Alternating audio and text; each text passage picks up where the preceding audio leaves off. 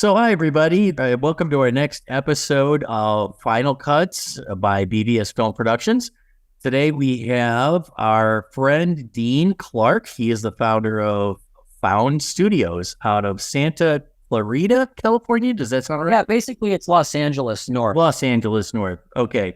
And if you're watching the video, don't mind my shirt. For some reason, it is bouncing all over the place. I look like I have a humpback, and then it goes away. So we'll have to deal with that. All right. So, Dean, we've talked in the past. Tell me a little bit about yourself to, tell our audience what you do, and let's start there. Sure. Well, my company is called Found Studios, and the reason it was called Found Studios is I have this crazy backstory, and we can get into it as I don't want to hit everything right now, but I researched my backstory a little bit if you get a chance, but foundstudios.com, and we basically are a full service marketing agency who now has just launched into CMO services. So Chief Marketing Officer Services. And I know a lot of people that view this are into video. Just about every project we do has a video component. And one of my philosophies is we have the privilege of being a part of the process. Mm-hmm. And we fully understand we're not the process, right? But we get sometimes this amazing front row seat of being a part of a journey that your company is on. And we are just there to serve and to provide maybe a greater level of skill in some areas that most people don't have in-house. Got it. Okay, great. So this is the interesting part. When we talked last time, you had a really great story. Tell us how you got started in this business and some of the interesting people that you dealt with.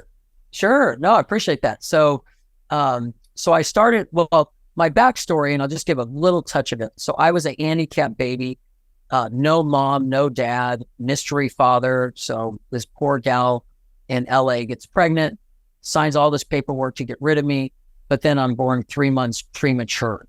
So I literally had no parents. I was just in a hospital, half of it in an incubator for 13 months.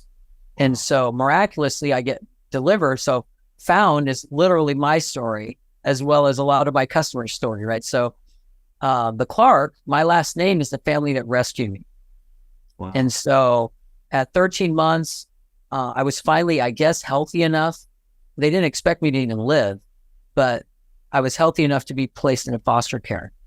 And so I miraculously got placed in the Clark house and was able to immediately walk. And I had a tracheotomy. So, the tube in your throat.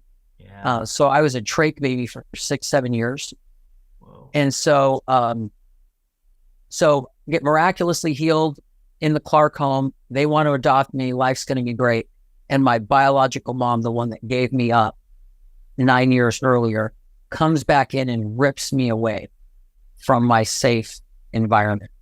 Wow. And so I moved from, for the older people in the audience, I went from Ozzie and Harriet. Do you remember Ozzie and Harriet show? I do, yes. Yeah, I went from Ozzie and Harriet to Ozzy Osbourne. Okay, man. So totally safe, amazing people, to absolute lunacy, crazy dysfunction, and luckily I survived it. So sadly, by 11, I was on drugs. By 13, arrested for dealing drugs, and by 14, living with my mafia drug dealer. Whoa! Figure, right? So entire year, 9th grade. I don't know what you were doing in 9th grade. I was living with the mafia. Man. I even had a mafia nickname. It was like, "Hey, Dizzy, come over here, Dizzy." What?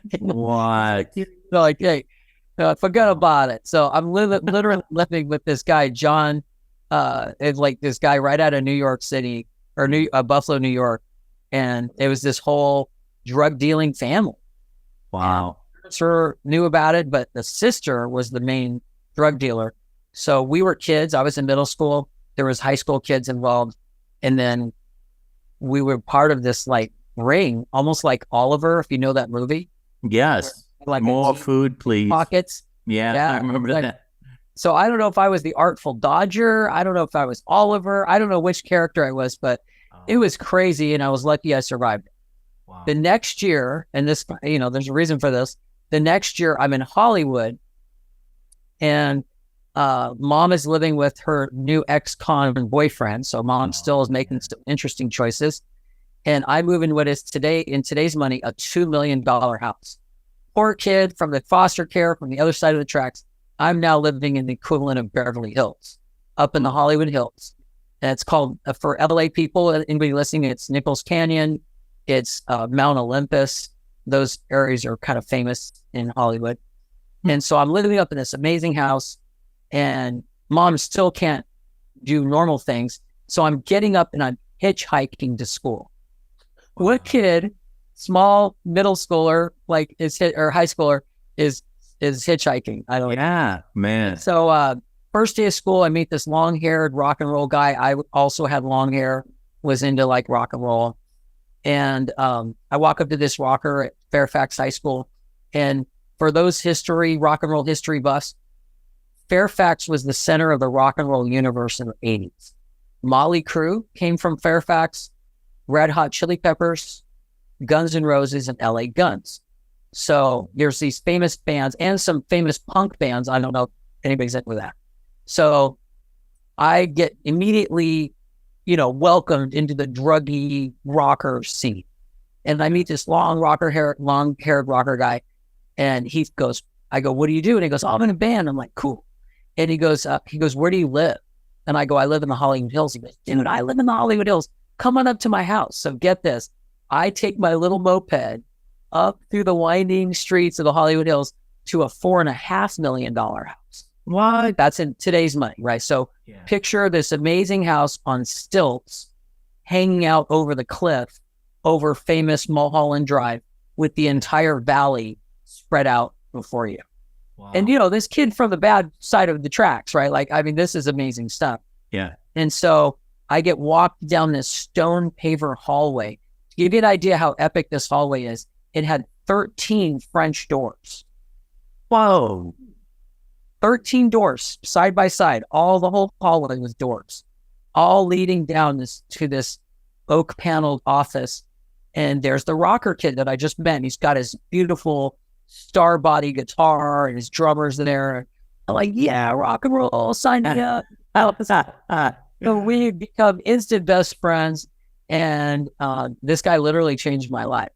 So in good ways and bad ways, right? So I become, again, since my life was always in flux, I went to 2 of every school, 2 elementary, 2 middle school, 2 high school, and 2 colleges. Yeah. So it's always needing to meet new people. And it's probably why I'm so gregarious today. I've always been thrust as the new guy and the person with no friends and the outsider. So I use my humor and personality to kind of get in there and mix it up and meet friends. Yeah. So now I'm at Fairfax High School, and the next year we're poor again. So the guy, mom's new boyfriend, sells the gorgeous house and moves us right back to the barrio where we came from. We'll find background gangs and graffiti and poverty. And we're like, oh man, really? I couldn't be rich for more than a minute. Are you serious right now?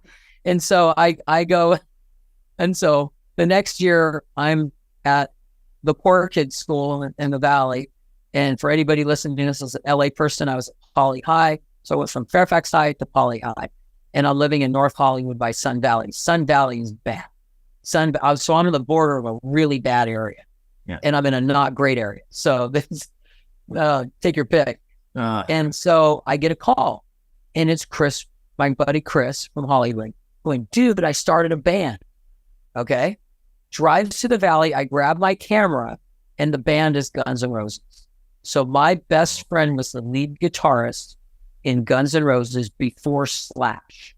Wow. So Slash is the famous guy that made $100 million, right? So my buddy is not so much, right? Like he made a lot of money with the band. He became a rock star later, like 20 years later. Huge number 5 hit song on the Billboard charts. So don't feel sorry for him. He's had an incredible career. Right. And now he's sober. I'm super proud of him. Yeah. I've been sober for 35 years. He's been sober for about 22 years. And he's now married with a kid, and he's a licensed child family therapist. Wow. Something people know about issues. And so, So in 12th grade, he drives to pick me up. I grab my camera and I become the very first photographer for Guns N' Roses. Oh, how And cool. I take these historic photos that nobody else has. And so consequently, when they tell the story of Guns N' Roses, they use my photo in Rolling Stone magazine and coffee table books. And so my photos have traveled all over the world. And they're in various publications. And here's the crazy part. In 2018, some artist at, I think, Deadline or Cinderella Records reaches down into the vault, pulls my photo out, and makes it the album cover. Oh, the very first Guns N' Roses album. Wow. And ask me how much money they sent me. Uh-oh. Not a cent, thank you very much. Well, I'm the only person that has not cashed in any way on the Guns N' Roses Association. So, hey, but you know what? I use the story as kind of a lead-in for transformation, right? I don't care if people think I'm a cool rocker or having this cool story. I'm about telling people how God changed my life, how I got sober, and then how my business can then transform their situation. There's a lot of hurting people out there, right? Both in business and in life. And I'm in this case study, almost like the train wreck that you could see on the car wreck, right? Yeah, like the rubbernecking, right? Like I just can't take my eyes off it. So my story is part train car wreck, part Forrest Gump weirdness. And the reason my brother was the first person to coin the Forrest Gump thing. Yeah. And because at one point during the 90s, I kid you not, I was a part of all the major news stories all at the same time. What? What's that about? So I lived with Guns N' Roses. They become the #1 band in the world. So you lived with them for how long? Oh, yeah. I didn't even tell you that part. So I take the photo in 12th grade. I graduate from high school in 1984. And yes, I'm an old person. Sorry. And so I graduate from high school, and right around that time, my mom goes, "You're out. You're 18 years old. Get out." So the crazy mom that took me from the safety of the Clarks has now and allowed me to hitchhike in Hollywood, live with the mafia, and everything else that she did in amazing skills, amazing parent skills that she had. Yeah. Now I'm 18. She's like, "Get out." And right around that time, I get a call from Hollywood, and it's my best buddy, Chris, who his parents let him drop out of high school, take the test, drop out of high school at 17, start a rock band, Guns N' Roses, and they gave him the equivalent of $1 million cabin in the Hollywood Hills. Wow. Can't even call it a house. It was a cabin. I mean, this thing cabin. Straight out of a movie. This thing is a hippie cabin, handcrafted, like the craziest place ever. Wow. And so I'm going to be homeless, right? And I don't have a job. I don't have any way of supporting myself. I mean, this is so crazy. And so I moved in sight unseen into the Guns N' Roses party house. Man. And it's basically me and people like at this point, they go, "Dude, did you have like cool hair and tattoos and leather and piercings?" And I'm like, "No, I look just like this." Welcome to the jungle. Yeah. So I was like the normal new waiver kid moving in with the heavy metalers, the glam rockers, right? Wow. And you know what I believe though, as lame as that sounds, God used that to protect me from the worst of what was happening in my home. Oh, really? Can you imagine what was happening in a home filled with rockers and their hooker girlfriends and heroin and all the rest of it? Yeah. And for some reason, I was able to live in the house and not be exposed to the worst of it. And luckily, I came out of that house a few years later, not a drug addict. And this kind of segues to the next part. So I'm living with the band. Now I'm really messed, right? So I've now dropped out of college. Yeah. I'm on drugs. I'm an idiot, and I'm going nowhere fast. I get a job at a luggage store at Hollywood and Vine. You know, when people say they were discovered in Hollywood, I was literally discovered at the corner of Hollywood and Vine. Oh, really? And for anybody that's listening that's not from Los Angeles, Hollywood and Vine, Google it. It's a famous intersection where Capitol Records, so the building that's the symbol of Hollywood is at Hollywood and Vine. It looks like a stack of records, right? Right. So there's Capitol Records on one corner. There's the Pantages right behind Capitol Records, which is amazing. And then across the street from that is the Taft building, which is now surrounded by the W Hotel, which is where all the movie stars stay. And it's a really fancy hotel.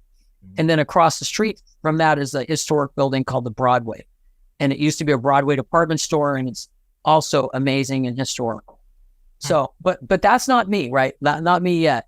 I am at the scuzzy little luggage store right next to all these historic buildings. Yeah. And it's dirty and it's nasty and it's been there forever.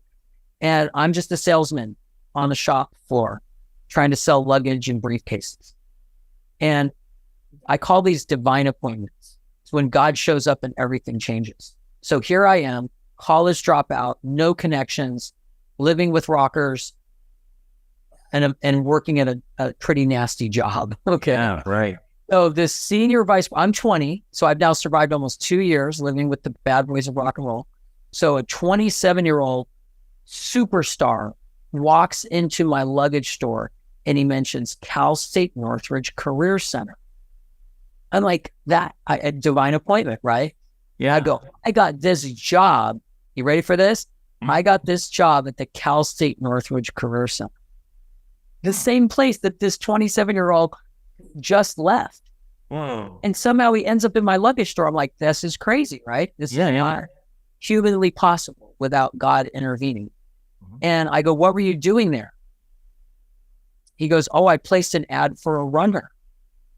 I go, dude, do you want to use the phone? He goes, why? I go, to cancel the ad. You just found your runner. And he looks at me, and this is like Elon Musk walking into 7-Eleven and hiring the drug addicted cashier. Oh my gosh. And this senior vice president looks at me and goes, you're hired. Yeah. And little did I know that this would literally be the reason we're speaking today. It's the reason I'm wearing a suit. It's the reason I have a home and a marriage of 32 years and 2 amazing adult kids at 27 and 30. Everything I was blessed with through this one encounter. Wow. Right? Because I was going nowhere fast. Yeah. And so 2 weeks later, I show up in borrowed clothes. I don't own a suit. So I've like borrowed my buddy who's way bigger than me. And so I come in all floppy, like in floppy clothes that don't fit and a horrible tie that I've never worn a tie before. And the boss takes one look at me and goes, oh my gosh, what in the heck is that? And the boss, so get this, the job is commercial real estate. This billionaire, he's now a billionaire owner of high-rise buildings in New York City, Manhattan. How rich do you got to be to own a high-rise in Manhattan? He owned a bunch of them. Okay. And he would go into major cities all around the country and he would buy historic high-rise buildings. Hollywood had 2 of them side by side. Yeah. The Taft building and the Broadway. So his motive was to go to a city, hire the hot shot guy of the town and go into partnership sort of with them and do a historical renovation of these buildings and then lease them up. Oh man. So I have no idea about any of this. I'm just like, hire me. I'm an idiot. So 2 weeks later, he gives me the equivalent of a 6-figure job. You can't make this up. Wow. I am a drug addict. He could have paid me 5 cents. He gave me the equivalent of a 6-figure job, a secretary that looked like Whitney Houston, this beautiful supermodel, and my own office and my own 12-story building. What? I have my own high-rise at 20. Wow. You can't make it up. No. And I'm still living with the drug addicts. I'm still living with the band, right? I haven't escaped yet. So one of the crazy taglines that I use is ... but God had a plan. Yeah. When everything looks bleak and hopeless, and this goes for you as well, right? Yeah. When the world is calling you out, when the world is saying that you're done, your career's over, right? God has a plan. right? Like, don't count anything out. There is a greater thing at work. And the other thing that I like to tell people is the thing is not the thing. The thing that you think you're doing right now may have nothing to do with the thing, the journey that you're on. I've right? seen that before. So, yeah. Correct. Like for you, what did you start out as a video guy? You know, I mean, like, I want to be a rock star like everybody else.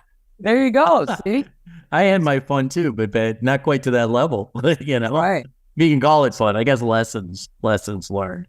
Yeah. And so I started out in commercial real estate. I thought I was for sure going to be a billionaire mogul in Hollywood, and all indications seem to be pointing that way. Yeah. Get that this guy, Rob Langer, I'll say his name because he's amazing. He's like still my buddy 37 years later. So Rob Langer and I were the golden boys of Hollywood. We closed 200,000 square feet of deals. Wow. That is the equivalent of a high-rise building.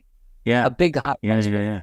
Right. And so multiple millions and millions of dollars of deals. Uh-huh. I didn't make myself rich. I made Rob rich. Like he's 27 years old, and the first thing we did is go and find him a house in Beverly Hills. Yeah. Wow. And so really incredible, and he deserves everything that's coming to him. Was super generous in seeing something in me that I sure didn't even know existed. Right. And I could say the same thing for God. Like God saw something in me that was so dormant from all the stupid decisions and buried under these layers and layers and layers of horrible outcomes and consequences, right? Life lessons. Yeah, exactly. So eventually, as I'm becoming more successful and the money's starting to roll in, I'm just doing stupid. What happens when you give a drug addict a lot of money? I mean, it's just... yeah. Right? They live or they die. Yeah. So eventually, things got really bad in the GunsNRoses house, and I ended up in another apartment. Yeah. Okay. And somehow we ended up with the GunsNRoses couches. I don't even know how or why, but somehow we ended up with some of the furniture. Yeah. And so I'm living in Burbank, which is a neighboring city to Hollywood. And I'm just going nowhere fast, right? Even though I look good on the outside, I'm just a hopeless moron on nights and weekends, living for Friday night and doing stupid all week, and then hopefully coming to work on Monday all hungover and drugged out or drug hungover. Yeah. And so right around that time, do you remember all the 80s movies that were about body switching? Yes. Freaky Friday, Mom and Daughter, right? There was 18 Again, I think with George Burns, and he switches places. There was another movie with Judd Reinhold and Fred Savage where they switched places. Yeah. I forget what was that, Vice Versa, I think it was called. Yeah. And then there was my movie. It was called Like Father, Like Son, and it was Dudley Moore and Kirk Cameron. This was I remember that one. This was the year before Kirk Cameron got his act together. Yeah.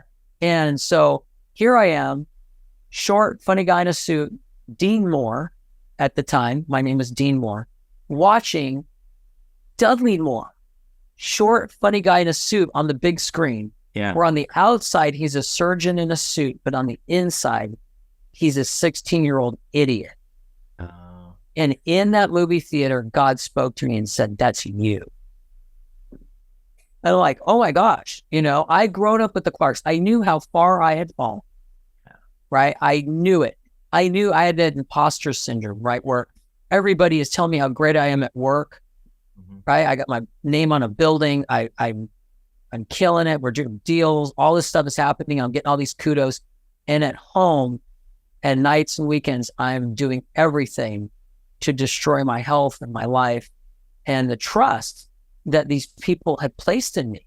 Yeah. I have a real job, right? Like I got real responsibilities and quotas. And I don't know if there was a quota back then, but you know what I mean? There's money that's expected to come from my effort. Right. So I felt God tell me in that movie theater, I gave you a miracle birth, 2.5 pounds, shouldn't have survived. I gave you a miracle family, the Clarks, and a miracle career. And look what a piece of garbage your life is. So I go home and I announce, again, I'm living with more druggy partying people. Yeah. And a good guy. I'm not trashing him at all. I love this guy. But, we're 20s. We're partying. Yeah. You do what you do. So I announced at a party that I'm going clean. Cold turkey, right? And I'm on everything. And partiers hate that. Oh yeah, right. Right? Like, when you're at a party and you announce to everybody you're going sober. It's like not a a leper. Right. You become a leper. Yeah. You become like a buzzkill. Yeah. And so people that were never generous with their drugs normally become really generous with their drugs when you're trying to get sober. Yeah. Like, here, try this. You're like, I just told you 2 minutes ago, I want to get sober. Yeah. And you're trying to lure me back in. And one of the examples I give, I don't know if you've heard about crabs, right? You could have a bucket of crabs. Mm-hmm. And the minute one tries to escape, the other crabs will pull him down into the bucket and they'll all die together. Oh, wow. I didn't know that. and I really think of that house I lived in, and the drug scene and the party scene are like these crabs that whenever somebody starts to stick their head out and go, you know what, this is stupid. I'm literally destroying my life. I'm a total blow it. And all the other crabs are like grabbing their pant legs and dragging them back down. Yeah. And so thank God, look at the miracle. ... But God had a plan. Nice. I come home from my real estate job and my roommate has moved out and taken all the furniture, including the GunsNRoses couches, including the mattress that he loaned me. Oh, man. He left my sorry butt sleeping on the carpet, right? This is how much he cared about me. He's like, he didn't say, hey, dude, you want to buy the extra mattress? He's like, no, I'm just leaving you on the floor. Gone. Right. Man. So I've left sleeping on the carpet with no furniture, no fridge, no stove. He felt bad about that. And so he actually helped me get a fridge and a stove later. Yeah. Yeah. I was little, I had no place to store so McDonald's. you know the word adulting? You've heard that? Sort of. No. What's it? Well, adulting is what we ask young adults to do. Like what grown people do. Mm-hmm. And it's like become kind of a funny term. Yeah. Right?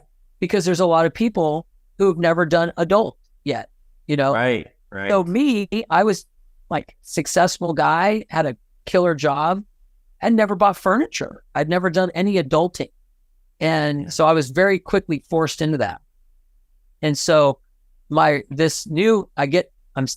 alone. Mm-hmm. I have no friends now. All the friends that had left the ship.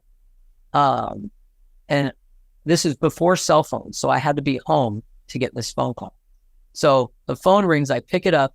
It's the mafia kid I lived with 6 years earlier. Oh. So we are the same age. Yeah. And he goes, hey, I wonder if you can help me out. I go, what?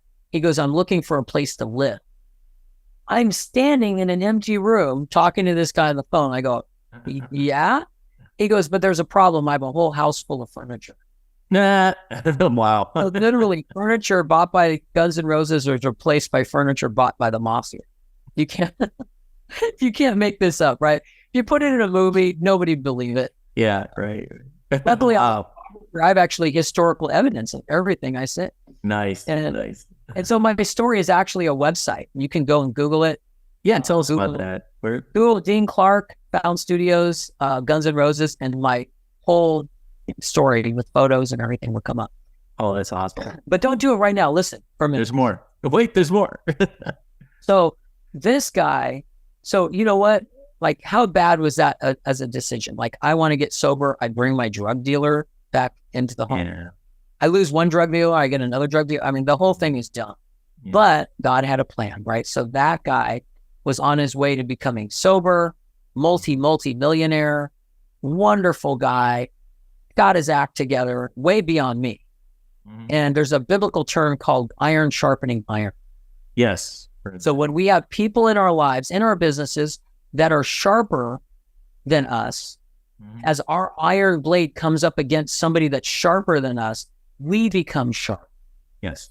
Same thing is true. If we're hanging around people that are dull and not doing the right things, kind of like the crabs in the bucket, right? Yeah. Our blade is getting duller and duller and duller. Right. So pretty soon it's a butter knife. Okay. And so true. I meet this guy who's just, oh my gosh, he's an entrepreneurial beast and he's just got his act together. So eventually he introduces me to a girl that drags me to this Christian church. And finally, after all these years, God reaches down officially and pulls me out of the mud. And I tell people that we all have a God-shaped hole in our lives. And some people come to where I'm at from a down and out story, right? Yeah. They hit rock bottom, they're a drug addict, and they've lost their home, their life, that, you know, and they call out to God from a gutter. Yeah. I was the opposite. I was a down and up story, right? Like, right. Yeah. Oh, I was calling out to God from very successful. Mm-hmm. And what I tell people is that this God-shaped hole is infinite in our lives. And you can take all the money, trophy wife, trophy husband, beautiful car, house, job, money, and you could throw it into this Grand Canyon-sized hole, and it doesn't even leave a dent. Yes. And why are the most beautiful people in the world the most miserable? Why are the most famous people in the world the most miserable? Why are the billionaires miserable?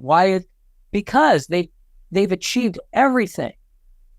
And in a minor way, I had achieved everything at 20-something years old, 21 years old, that the world says was going to be amazing and going to make you fulfilled. And, you know, and then it was like that imposter syndrome, right? Where you're just like, people really knew me, right? They'd know what a fraud I am. And this is all a joke and it's all a facade. Right. Wow. So that's how God kind of delivered me. And I turned my life over to God through Christ, invited him into that God-shaped hole, and I was forever different. That's 35 years. Yeah. Almost to the day. You ready for that? Yeah. It was June 8th. So June 8th of 88, God reached down into the muck and pulled me out. Wow. That is so cool. And so get this, June 8th, 1988 was also the very day that GunsNRoses hit #1 in the world. Wow. Their song Sweet Child of Mine hit #1, and their lives were forever changed. Yes. They went from obscurity to global phenoms, right? Yeah. And so I tell people they became #1, but I met #1 personally. Yeah. And look at the tragedy surrounding that band. They're on top right now. They're doing pretty well, but they can't sing. Like Axl can't sing. It's just a tragedy. He's more of a comic than he is a rock star. Slash is a freak of nature where he's not aged at all, and he still plays as incredibly as he did. Yeah. So he's the one guy, and actually Duff too. The bass player and the guitar player are both incredible. Izzy, so cool, who was in the band when the famous photo that I took, it features Izzy and Axl and Chris. So Izzy actually got out in 92 because he couldn't stand the drugs and he got free. And I think he's doing well now. I mean, he's just retired as a globally famous billionaire or whatever he is. Yeah. So he got out of the rock and roll game forever ago. And thank God he did. He might have died, right? Oh, right. So I'm really thankful. I'm really glad I got to meet him. Of all the people back in those days, I would probably hang out with him again. Yeah. Chris and I did renew our friendship 20 years ago. And that's how I was able to get all the photos. Oh, you still am? I took these photos at 84 and I was so poor and broke back then, I would give the film canister to whoever I took the photos for. Oh. I couldn't afford to develop films, so I didn't get the negatives, I didn't get the prints, and I didn't know if the photos were good or bad or indifferent. So right. Wow. I would just toss that to somebody and go, there you go, I did my job. Well, get this, the film was good, the pictures were good. They went into a photo album in 1984 and stayed there until 2000. Wow. And that's when I rediscovered them. I bring my scanner in and I get all the photos back. Nice. Right? Like I get all the photos back, and that's right when the world discovers the photos, discovers the original EP. That's my album cover. And so it was really interesting how I've been telling this story forever with no photographic proof. Yeah. Now you have. And finally in 2000, guy goes, you want photographic proof? I'm going to put you in Rolling Stone magazine and give you an album cover and give you all these photos. Wow. So cool. Anyways, but let's talk about, do you have any questions about that? And So if we So from there, at what point did you start your current agency now? Sure. So, so I meet my wife 2 years after I get sober, and we've been married 32 years.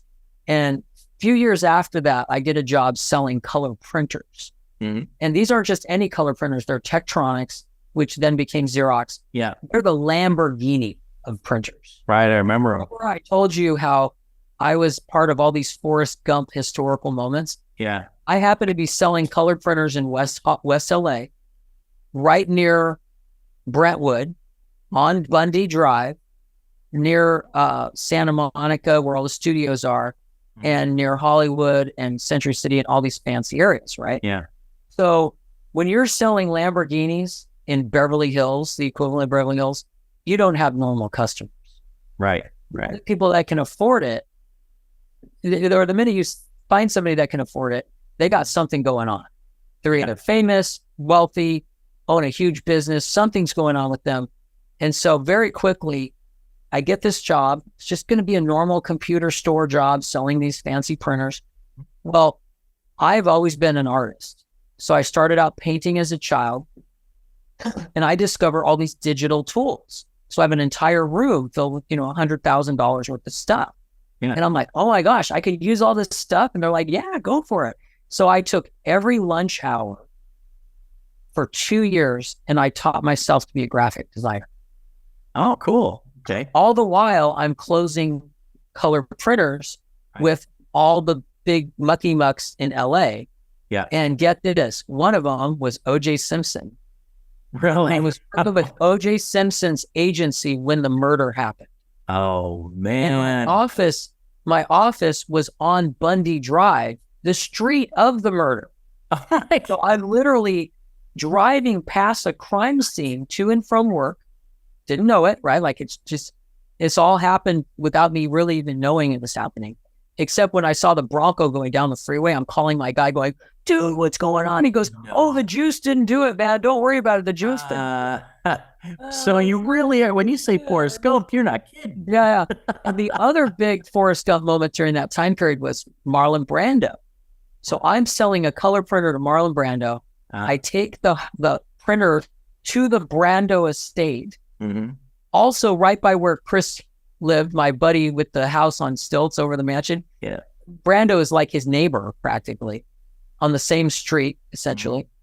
And so I go to the Brando house, and behind the movie star gates for Brando is Warren Beatty and Jack Nicholson. Who knew? Yeah. And so there's 3 buzzers and this gigantic gate, and I go, buzz, and I get yelled at. Buzz, and I get yelled at. Third buzz, and Marlon Brando's like, come on in. I'm like, okay. You didn't tell me which buzzer. There's 3 buzzers. I'm sorry. I bug people. Yeah. If you'd have told me you sold all 3 of them, then I would have been like, wait a minute. Oh, that would have been a closing. See, that would have been a closing move right there. That's right. Hey, your neighbor just bought one. Yeah, coffee's for closers, man. I didn't deserve coffee that day. Except for it. But anyway, so I get invited into this inner sanctum of Marlon Brando. I install this $8,000 color printer, which was a lot of money back then. Oh, yeah. But more than the machine costs, which is probably what, 20 grand in today's money? I mean, this is 30. Yeah, those are pricey. Yeah. So it was pricey. But then get this, the ink was $2 grand. That's right. They would get you on the ink on those things. Yeah, the ink was crazy money. Yeah. Do you remember dye sublimation? Oh, yeah. I had one of those. Okay. All the plastic and the pieces go. Yeah, oh, yeah. So this was the first dye sub printer. Okay. Yeah. And it was a Tektronix phaser. I don't know if you remember phasers. But I do. So fancy color printer, right? And so people will call me up and go, yeah, I got money. I want that printer. And I'm like, $2 grand for ink. And they're like, click. Yeah. Yeah. So if they stayed talking to me, I knew I had a hot prospect on the line, right? That's right. That's right. $2 grand for ink. Are you ready? Are you still alive? Still sitting? And I can't drive it? Wait a minute. Fall over? That's right. So and get this, OJ was buying that printer. Marlon Brando did buy the printer, and get this, William Randolph Hearst Castle, his grandson, bought the printer. Well, one of the printers. Wow. I was like, the whole thing. I call them divine appointments. Yeah. This printer was my divine appointment engine. Yeah. Every time the phone rang, I was like, who is it? Right? Like, who is it? I mean, yeah. it's a who's who. I mean, I sold. So during that time period, I landed the movie Titanic. Mhm. So I became the graphic designer for James Cameron for the launch of the movie Titanic. Oh, wow. Okay. 2 years later, I land Elvis Presley Enterprises, and I became the artist for the Graceland cookbook. Wow. So now is this your company name now, or is this just So you? this is the crazy part. So I had this day job. So I'm working at a computer store for 10 years. Yeah. And while I'm there, I have $100,000 worth of gear to land all these big clients. Yeah. I didn't own all that stuff, right? So I look like $1 million, and I have this gorgeous office. I actually designed the office, negotiated one of the coolest buildings in LA, and we had a ground floor signage on the building. I mean, it was nuts. The market was so depressed, they gave this tiny little space on the ground floor signage on the building. Huh. And like nobody else had asked for it. I'm like, can I have a sign on the building? They're like, yeah. Sure. Why not? They didn't even put up a fight, you know? Oh, that's cool. Very cool. So yeah, so when I landed Titanic, I mean, they're seeing that office. Mm-hmm. I mean, Nice. we're talking like high rent. Yeah. And so I did that for 10 years. And you know what killed it? 9/11. All right. 9/11 was the death of that business. Yeah. It was a slow death, but it was the death of that business. The printer copy business. The printer company, yeah. So Plus, there was so much competition too, right? I mean, there was new stuff coming out all the time back then, right? Well, I had an amazing run. I was the 1 or 2 top salesmen in the whole country for almost the whole time. Sure. But what happened was Xerox bought Tektronix, and they opened up the world. Yeah. So there used to be 5 dealers in LA, and I was the best. Now there's 50. Oh. And the internet just also was invented right around that time. Yeah. So not only did I have competition from every other vendor they opened up, but I had a competition from the internet. Yeah. So it was kind of the beginning of the end for that. Yeah. And so I've had a studio now since 94. Mm-hmm. So I started freelancing as a designer in 94. Mm-hmm. So fast forward, I get out of that business. I get into big digital printing presses. So now I'm moving up the food chain. So I get a job in a $4 billion company, and I have 35 sales reps, and it's really cool. Mm-hmm. Great experience, killer money. But then the crash of '08 hits. Oh, yeah. I remember that. That changed my life. Yeah, it changed my life. And so I was like, I'm a fat cat, and I'm going to always make this kind of money. And '08 said, really? You're a kitten. Wake up call, knock, knock. You're gonna suffer a bit. Yeah. And so eventually I ended up in radio. Mm-hmm. I worked at a radio station, crazy. Wasn't real good at selling airtime, but it was a great engine for cool opportunities. Yeah. And it kind of led me to where I'm at now. Yeah. So my best friend and I both worked at a radio station. Mm-hmm. He goes on to start a $60 million ad agency. Wow. Crazy. Okay. Yeah. And I'm noodling around with my little tiny agency. And eventually I get fired from big Xerox. Mm-hmm. So my big 6-figure job is gone. Yeah. And I call up my buddy, and he has this huge agency already. And I'm like, hey, can I come and have lunch? And he hangs up the phone. He goes, Dean's coming here to work on Monday. I didn't know that. Yeah. I came in for lunch. I wanted food. They wanted me to work there. So my best friend kind of gave me this killer job. Yeah. And it was not a happy circumstance, right? This was not a good fit for me. Yeah. But it was like a brutal boot camp for 3 years. Okay. In 3 years, I worked on campaigns. Get this. One client, I did 2,000 pieces of art in 1 year for just one client. We had multiple clients. So it was like Krispy Kreme donuts of art. It was just crazy stuff and high volume, low quality. Yeah. That's not me. I'm low volume, high quality. Yeah. And my son, who's my business partner and the greatest artist in the world, he is now the master designer of my studio. And again, he's super high quality, beautiful stuff. So we're not that high volume, throw it against the wall kind of client. Yeah, you do the high end stuff. More of our higher end stuff. But then the big breakthrough a year ago, was my new business partner's named Joel. And Joel is a CMO, Chief Marketing Officer, where he goes into a bigger company and he oversees all the marketing spend. Mm-hmm. So when he and I met, it was like God had a plan, right? Like it was amazing because he doesn't want my job. I don't want his job. Yeah. Right? Right. So he doesn't want to be a high-end branding designer, web guy. And I don't really want to learn all the technical crazy things that he does. Yeah. So we started doing joint calls starting about a year and a half ago. And it just hit. Nice. We just landed our first national client and we have a bunch of retainers now. So people hire us and they'll pay kind of a smaller amount as a retainer. Yeah. We come in, even if they have their own in-house marketing department. We found that out too in the video world. We come in above them and make them heroes, right? Like we're bringing skills to the table. Between my partner and I, we have 10 employees. Mm-hmm. So like I went from like a 2-man show to 10 employees just in the last year.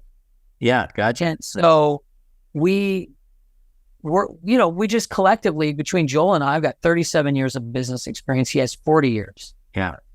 And so sometimes you just need an adult in the room. For the most part, most marketing agencies are fairly young.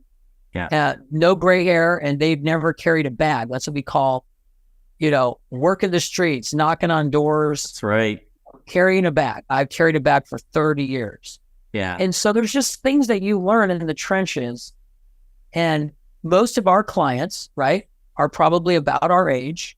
Mm-hmm. And they carried a bag and they want somebody that knows sales. Right. As well as marketing. Right? Yeah, that is so exactly right. I come at it as a journeyman sales guy who also has a 30-year studio. And then my partner, Joel, has been marketing his full career almost, so 40 years. So between the two of us, we just can bring options, gravity, like we can illuminate things that maybe somebody else can't. And we don't want that in-house person's job. Right, right.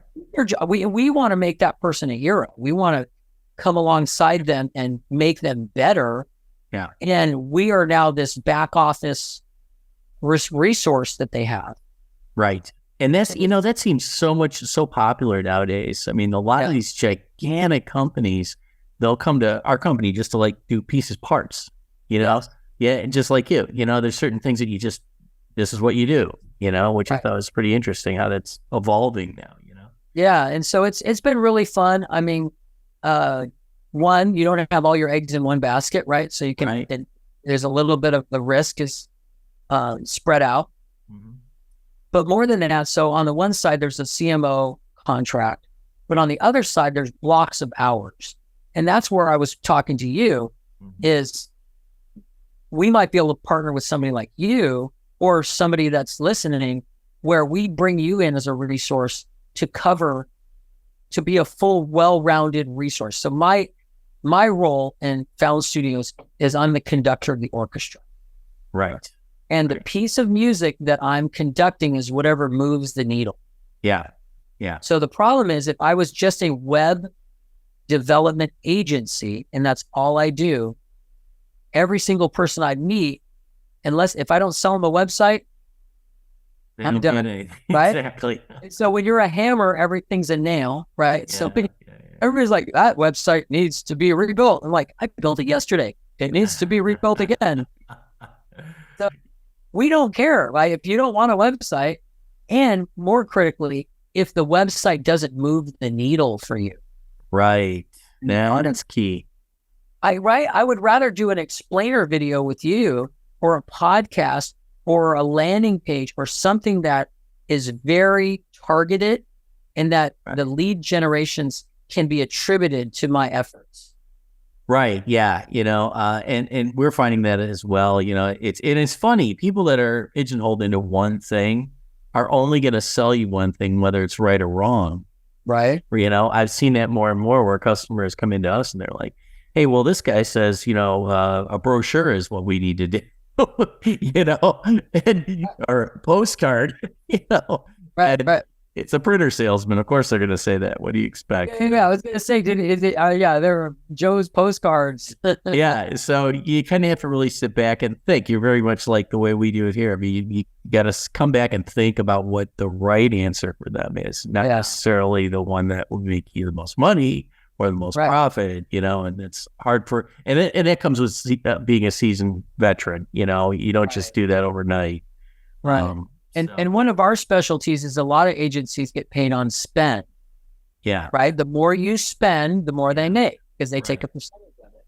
Well, we found a client recently that was getting ripped. He's spending, $5,000 or whatever it is. Yeah. He has no idea. He goes, I don't know how they do it. They basically don't charge me any money. Like, they do. They do. They're spending maybe $2,000 on your spend. Because and then they don't give him access to anything. Yeah, there's no idea. There's no dashboard. There's no accountability. So for all he knows, they've been spending $1,000 and keeping $4,000 in their pocket. Exactly. So what we did is we go, look, pay us a reasonable retainer. Yeah. We become your chief marketing officer. So anything new and shiny, bring it to us. Right. Let us evaluate it. We don't see new shiny thing, cool thing out here as competition. Right. Let us manage it. Right. Yeah. And so we look at we have the 30-mile view. And what we discovered is that this company was screwing him. And so now we don't mark up his spend. He just goes and puts his credit card on Google and he spends what he spends. Right. He gets paid separately. And so consequently, if something's not working, it's, if I was getting paid on spend, my job is to keep you in things that don't work. Right. Or I'm cutting my fee. Yeah. Right. So if everything you spend money on is I'm getting a markup, or that's the only way I make money, then it behooves me to keep you in a sinking ship. Yeah. As opposed to a CMO who has a fiduciary responsibility to you, the business owner. Right. Where what we like to say is we're on your side of the desk. Yeah. Whereas most agency relationships, they're in this adversarial other side of the desk. No, I'm on your side. I'm looking at your money like I would look at my own. Yeah. And I have no reason to spend your money in a irresponsible fashion. Right. It's trust. I was like, right? Because I'm a faith guy, right? I don't want to lie to people. I don't want to keep them in a bad situation. Yeah. Right? Yeah. I want to be able to wear the white hat and ride the white stallion and be the hero. Right. And so have you heard of Story Brand? I have not. What's that? So Donald Miller, anybody listening or watching, Donald Miller wrote a book called Building a Story Brand, and it uses the language of film and screenwriting to create customer journeys. And it is brilliant. It really is. And the whole philosophy is he uses Star Wars as the example. Mm-hmm. So our customer is Luke Skywalker. We, the guides who know a little bit more, we're like Obi-Wan Kenobi, and you could be Yoda. Okay, you're Yoda. I'm Obi-Wan. Sorry, I picked it. All right. Hey, but Yoda was a badass. Remember when he did the whole thing? Okay. Oh, yeah. Yeah. He's small but mighty. Okay. That's right. But anyway, so we're the guides and the customer is the hero. And they're on this heroic journey. Right. Right. And so both my clients are the hero and I'm the guide. But then collectively, if they're a service provider, they're the guy. And their customer, somebody visiting their website, landing page, explainer video, that's the hero. And the thing is that there's real consequences to making a bad buying decision. Yeah. Right? Yeah. So you need to communicate that and use the language of film, the language of a storyline. And it's fun. Like if you go to foundstudios.com, that whole journey is story branded. Yeah. Yeah. Called a brand script. And it's a book, it's a university, he's written, I think, 2 or 3 bestsellers. He's incredible and a very easy read. And what I like about him is coming from the position of I don't want to be that manipulative, sleazy marketer. Yeah. he comes at it from the same angle. Okay, good. And I was like ready to quit, going, okay, everybody's a lying, cheating piece of garbage. You know? And I don't want to be that, right? So I guess I got to go find another job. And Story Brand was that aha moment. Yeah. Where I went, oh, if I can be honoring to the customer journey, make them the hero, and I'm the guide, there's honor in that, right? There's respect. Sure. You know, I can sleep at night. Yeah. And so that's been a real eye opener. And his university is called Business Made Simple. Yeah, I was going to ask you, how can people reach you? And Yeah, sure. Well, foundstudios.com. My email is deanc@foundstudios.com. And I'd be honored to talk to anybody. And anybody watching this, I'd be happy to give you half hour, 45 minutes for free, just to consult, and not selling anything, just really just sharing what's going to move the needle for you. That's key. That really is. Right. And so right now, you said video is like a huge component. Tell me a little bit about what are all the video things that you're doing. Yeah, it's funny. We're finding that these, like there are these gigantic companies that have these holes in their organization, and they're having a problem. And you can never tell by looking at me right now if you're watching the video. We do the video right. I'm not a black blob that's bouncing around here. So anyway, it's really weird. They come to us for just parts, like their internal staff can't make a video on time. They can't develop. So they'll send us a series of videos to do for them. And then we also work with small to medium sized ones as well. So, but I think the whole thing, like you were mentioning, it's all about relationships, building relationships with your customer so they trust you, and right. I think that's really key in any environment, when dealing with that. So, what advice would you have to someone starting out in your industry right now? Sure. Well, one of the things, and I'll do my Titanic story real quick because it really illustrates one of the key things. So if God, I'll give God the credit, if God presents you with an unbelievable opportunity, okay, you need to leave blood on the keyboard. Okay.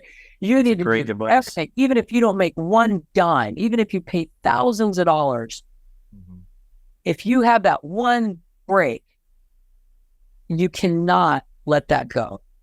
And so I was minding my own business, selling color printers in LA, not a glamorous job. Nobody's going, "Ooh, tell me more about this printer sale thing that you do."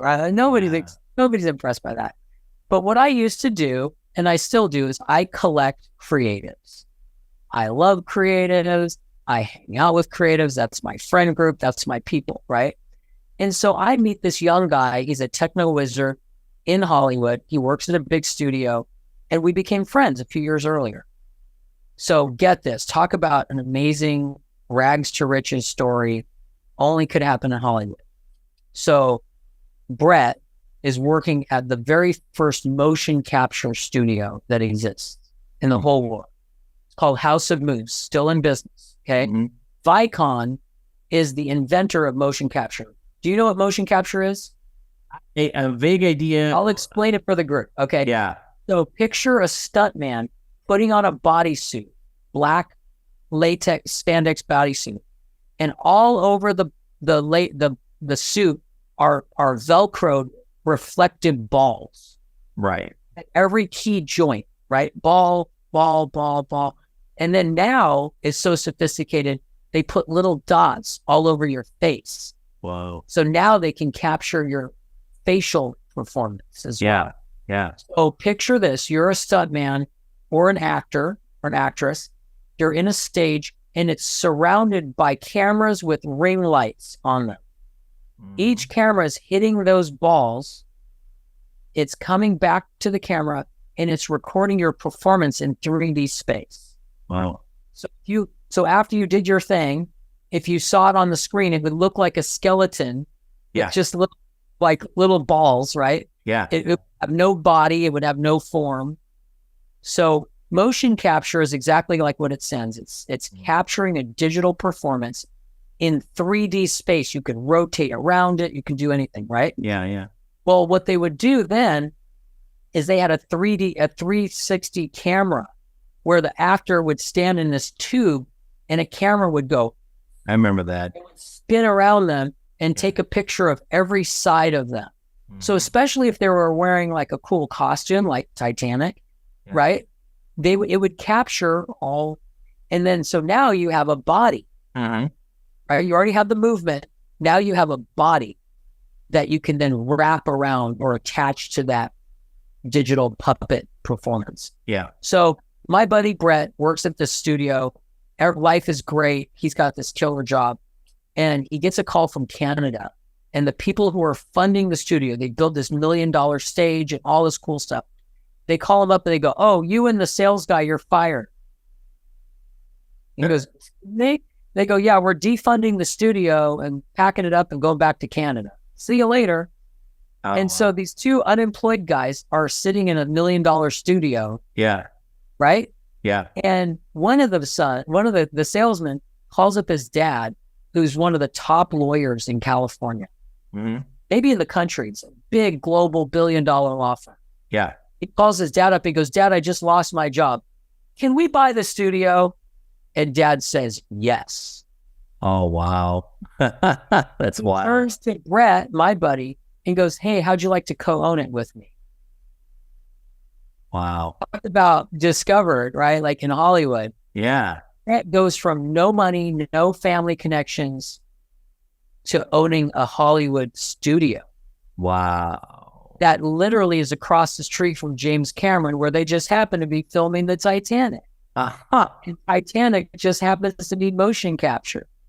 So when the ship goes up like this in Titanic, and you see people rolling down, bouncing off things, that was a real person. It was 2 or 3 stuntmen over and over and over again, acting as human pinballs, rolling down the deck of a real, they built what looked like a real ship. And it's inverted on the stage, and they're jumping off this part of it. So they're capturing them falling through space, rolling down the deck and bouncing off things. So those poor guys, right? These stuntmen really earn their money because they're like, take 50. Oh, yeah. Right. They need to have a lot of people rolling down the deck. Right. Now this was, so that was your first client there? Or what was the? So I'm minding my own business at a little computer store, and my buddy is doing the motion capture for Titanic. 2 months before the movie comes out, he calls me up and he goes, "Hey, you did my logo." So when they first did the studio, I did his logo, his business card, and a flyer. Okay. Didn't think anything of it. They were, it's no big deal. Yeah. And I get a call maybe a year, or I don't even know how long later. And he goes, "Hey, do you think you could work on my Titanic ad?" And there's a magazine called Cinefex. Cinefex is the Bible of the CGI world. Yeah. And Cinefex, they're buying these $10,000 full page ads, bragging about their association with this fancy movie. Yeah. And the whole issue of Cinefex, normally it has 4 movies that are featured. The entire issue is Titanic. Wow. So this is the issue to be in, right? Yeah, right. I'm looking at it right now. It's issue 72. You can still order it. Wow. And it's Cinefex issue 72, dedicated to Titanic. And it was 1997. So 25 years. And so consequently, they're going to be in this fancy magazine. They need artwork. So they call me up and I go, "What's Titanic?" They go, "Oh, it's James Cameron's next movie." And I'm like, literally, that was when the clouds parted and the rains came out and the angels sang. I'm like, this is it. Yeah. Right? Remember I told you, leave blood on the keyboard? Yeah. This is my break, and I know it. Yeah. I know it. There's nothing bigger than James Cameron. He'd already done Terminator, Abyss. This is the guy, right? I mean, I get my name associated with the biggest guy in Hollywood. So I designed this ad, and the ad turns out gorgeous, right? And my buddy walks it into James Cameron's guy and goes, "Here's my ad. Can you approve it?" Just walks across the street, hands this guy artwork. Yeah. And the guy goes, "Who's your artist? I might want to work with him."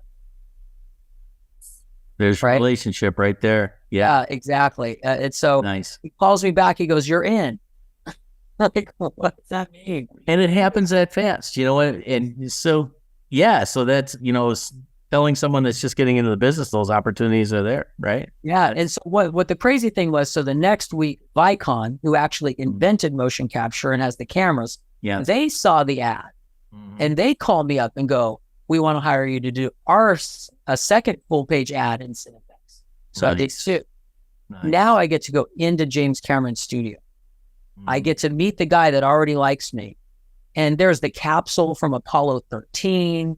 There's the wall from Fifth Element. There's all this cool stuff in the studio, right? Nice. And I'm like a tourist. I'm like, oh my gosh, this is so cool. And so I'm driving home. Well, first of all, he goes, "I liked your work. I might want to use you." I'm like, okay. Yeah. And so I'm driving home from that appointment. I'm going, oh my gosh, the guy likes me. What do I do? What can I do? What can I do to really close this deal? Yeah. So luckily I have $100,000 worth of gear back at the studio. Right. Mm-hmm. And at that point I was selling wide format printers. Yeah. So I could make my own movie poster. Mm-hmm. And so I took the ad from House of Moves, the ad from Vicon, and I made it into a 3-foot by 4-foot poster. Yeah. On the poster, it took my logo and I made it the same size as Titanic's. Nice. Like elevated myself, right? Yeah. Player, like I'm just a kid in a store. Yeah. But I said, "Thanks for the astounding images. Remember me." And it's this huge Titanic poster. And I rolled it up and I sent it to the studio. He called me up instantly and said, "Nobody has done a private one-off movie poster for me ever. Yeah. You're hired." There you go. You went that extra step. That one crazy thing that nobody would think of, and nobody had the gifts or the tools or whatever. Mm-hmm. And I went farther than that. I went and bought a $2,700 computer to build the Titanic ad. So I, you know what I mean? Like you're all in. Work, right? All in. I knew this was it. And then I got to go into the studio and I got to ask for something from Titanic that nobody else could get. And so I asked for blueprints. And he goes, "You can't have the blueprints from the ship." And I'm like, "Can you ask? Go ask." I mean, I'm your guy, right? I work for you now. So let's do something special that nobody else can do. And so I go back to my office across town and my secretary goes, "Digital Domain is in the lobby." So that's the name of the studio. Digital Domain is James Cameron and Scott Ross from ILM that did Star Wars. It's a super group studio. Yeah. And so I go into my lobby of my office and there's a runner from the studios with armfuls of blueprints. Wow. You don't ask, you don't get. Exactly right. Right? Now I'm really blessed. I have blueprint. I have a historic blueprint that's 9 feet long, 3 feet high. And I had one of the world's first digital cameras and I shot this blueprint in 24 sections. Yeah. Stitched it together in Photoshop, mocked up this ad, and then delivered it. Nice. And this is the craziest story. He sees the ad and he starts running. The head of marketing for James Cameron starts running through the office going, "The kid did it. The kid did it." And he's walking into executive's office and go, "Take a look at that." And he's throwing the artwork down in front of all the executives. And I'm standing behind him going, "I'm the kid." You got it, man. That is awesome. I mean, it was like the craziest thing. Yeah. Nobody does that. Nothing's normal in Hollywood. Right. You know? Right. And that same guy was F-bombed me just a week later. So you never know. You never know. Just ride that wave, right? Well, I rode the wave. I got the brownie point. I'm good. But I would encourage people. I would encourage people. One, you need to get mad skills. Yeah. You get your skills up. So I took 2 years and I had mad skills. Yeah. in Photoshop, Illustrator. Back then it was Quark Express.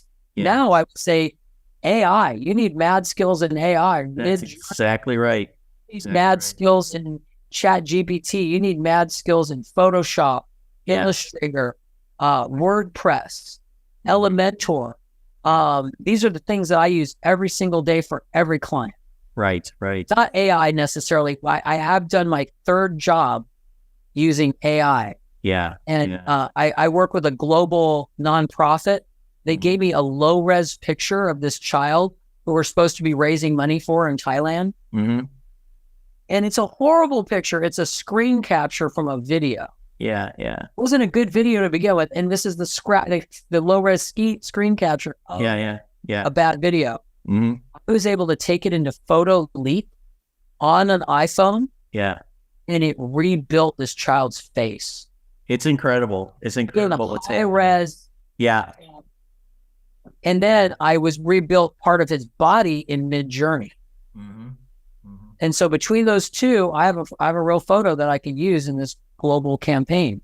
Wow. That's fantastic, man. But anyways, I know I've taken some time, but thank you so much for the opportunity to share. I really appreciate it. I can be honored to talk to young artists starting out. If you want tips, I've got them. Business owners or anybody that would happen to listen to this. Mm-hmm. We'd be honored to serve however way. And if you have in-house people, like we play well with strangers, we definitely have skills and services that your in-house people do not have, or maybe don't even know exist. Right. And so we're just about making everybody better and being a blessing where we're called.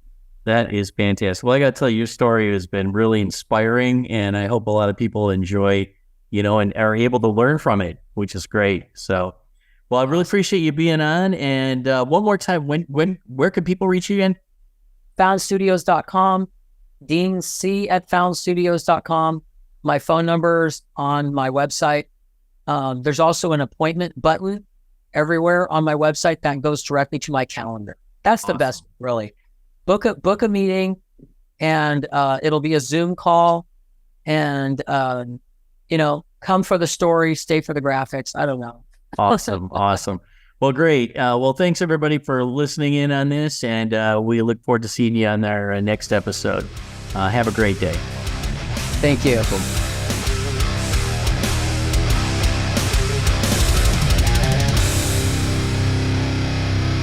Let's face it, everybody loves to make podcasts and vodcasts, but nobody wants to edit them. Well, except for us. At Premier Podcast Productions, we professionally edit and distribute podcasts and vodcasts for companies around the world. Our process is simple and affordable, allowing you to stay focused on what you do best, developing great content and building your subscriber base. From recording and editing to final distribution and marketing, we can help every step of the way to make your podcast stand out and get the results it deserves. Contact us today at premierpodcastpros.com to take your podcast to the next level.